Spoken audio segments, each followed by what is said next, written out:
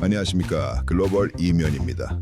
뉴스는 사실을 전합니다. 하지만 맥락은 말하지 않습니다. 글로벌 이면, 오늘의 뉴스를 다른 시선으로 바라봅니다.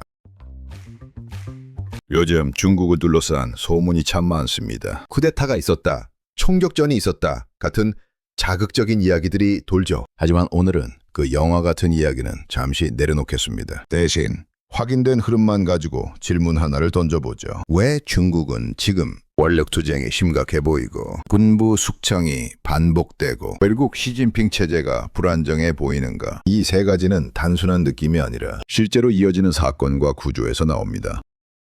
1.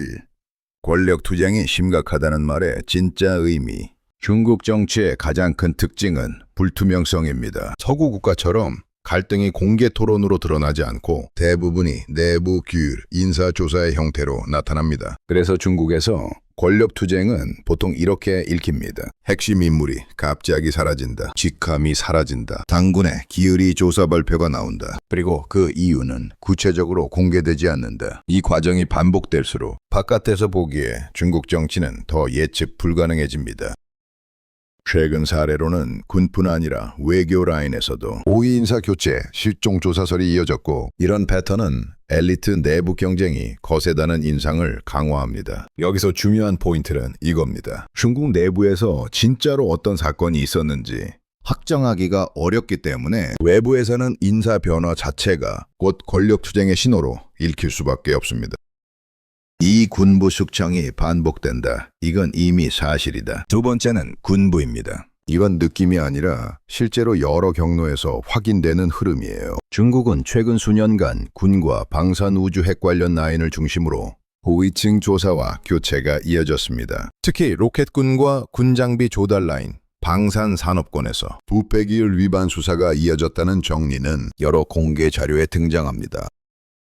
그리고 2026년 들어 이 흐름이 더 강하게 보이는 이유는 군 수뇌부급 인사를 둘러싼 조치가 예외 없이 이어지는 모습이기 때문입니다. 로이터 보도에 따르면 시진핑이 군내 반부패를 공개적으로 언급하는 드문 장면이 있었고 동시에 최고위급 군 인사들에 대한 중징계 조사가 이어지며 중앙군사위원회 구성이 급격히 바뀌었다는 내용이 나옵니다.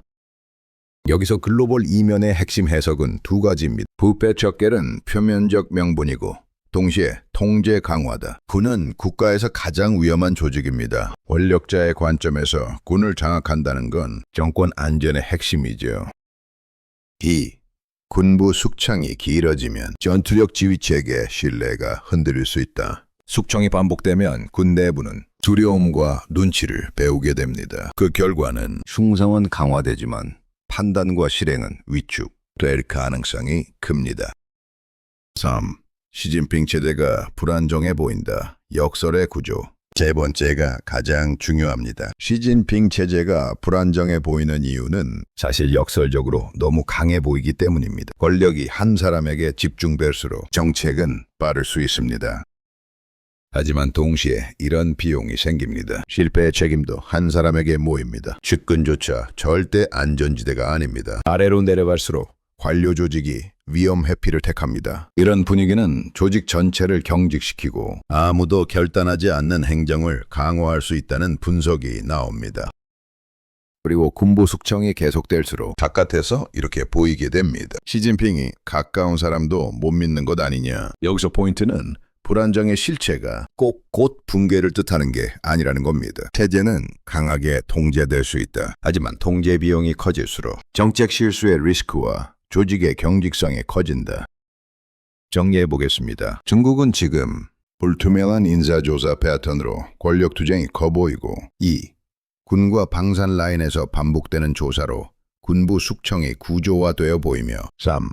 권력 집중의 역설로 체제가 더 불안정해 보이는 국면에 있습니다. 중요한 건 이 모든 흐름이 단발 사건이 아니라 중국 시스템의 특징에서 반복된다는 점입니다. 다음 영상에서는 더 구체적으로 이 흐름이 대만 남중국, 해미중 갈등 같은 대외 전략에 어떤 영향을 주는지까지 이어가겠습니다. 지금까지 글로벌 이면이었습니다. 시청해 주셔서 감사합니다.